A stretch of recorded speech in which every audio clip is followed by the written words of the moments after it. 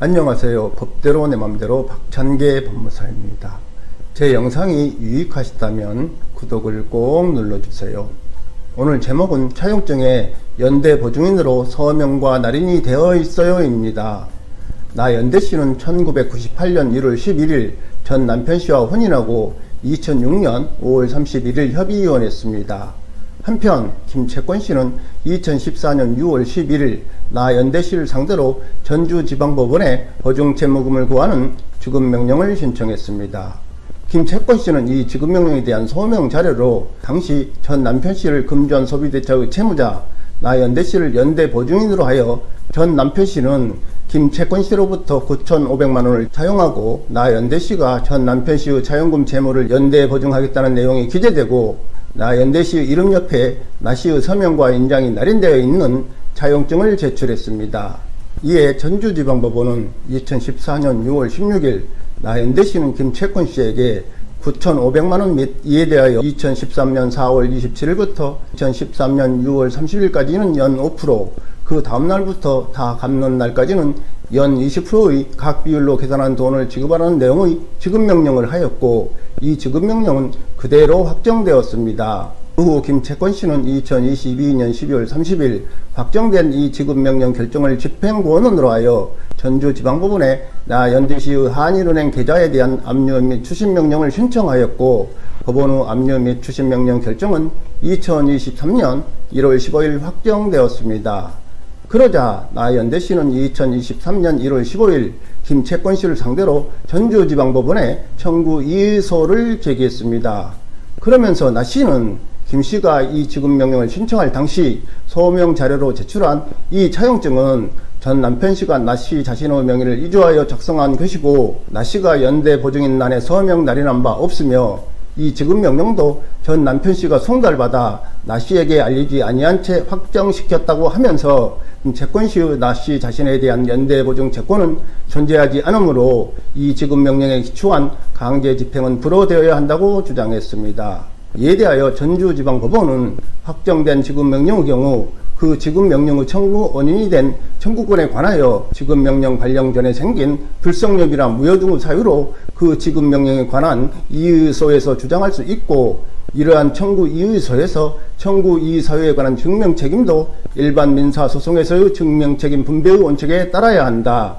따라서 확정된 지급명령에 대한 청구 이의소송에서 나 연대씨가 김채권씨의 채권이 성립하지 아니하였음을 주장하는 경우에는 김채권씨에게 채권의 발생 원인 사실을 증명할 책임이 있고, 나 연대씨가 그 채권이 통정허위 표시로서 무효라거나 변제에 의하여 소멸되었다는 등 권리 발생 장애 또는 소멸 사유에 해당하는 사실을 주장하는 경우에는 나씨에게 그 사실을 증명할 책임이 있다.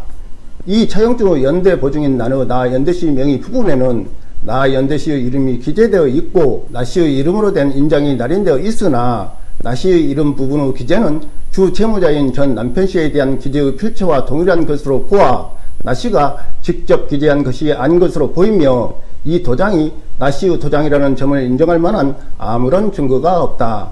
따라서 이 증거는 그 진정 성립을 인정할 증거가 없어 이를 나 연대씨의 연대 보증 사실을 인정할 증거로 쓸 수 없다.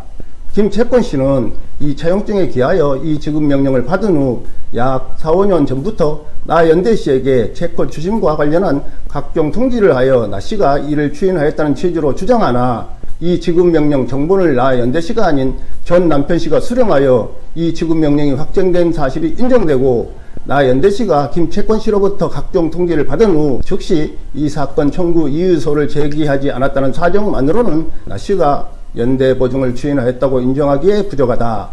이 지급명령의 청구 원인이 된 금전소비대차 계약상 연대 보증 채무는 성립되었다고 볼 수 없으므로 이 지급명령에 기초한 강제 집행은 불허되어야 한다.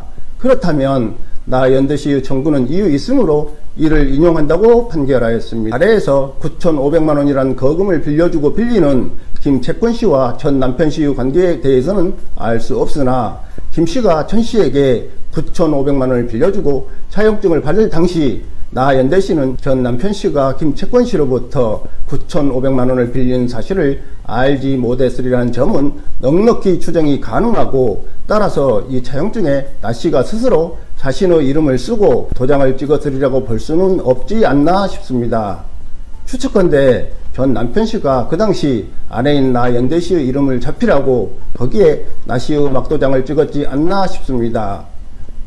한편 김채권씨는 이를 알고 있으면서도 나씨를 상대로 보증채무금 지급을 구하는 지급명령을 신청하였고, 법원은 이를 간파하고 나씨의 청구를 받아들였다고 봅니다. 참고로 사문서를 증거로 제출한 사람은 그 문서가 진정으로 성립되었음을 증명해야 하지만, 사문서에 본인 또는 대리인의 서명이나 날인 또는 무인이 있는 때에는 진정한 것으로 추정하기 때문에 인장이 도용되었다고 항변하는 사람은 그 도용된 사실을 증명해야 합니다.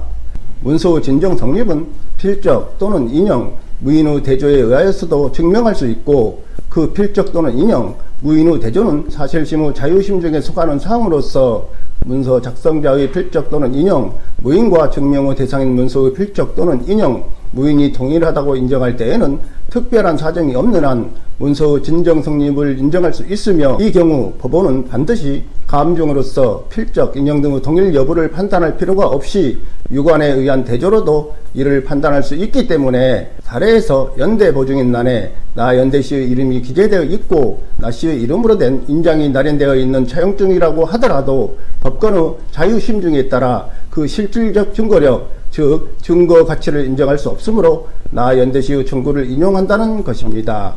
오늘은 여기까지입니다. 감사합니다.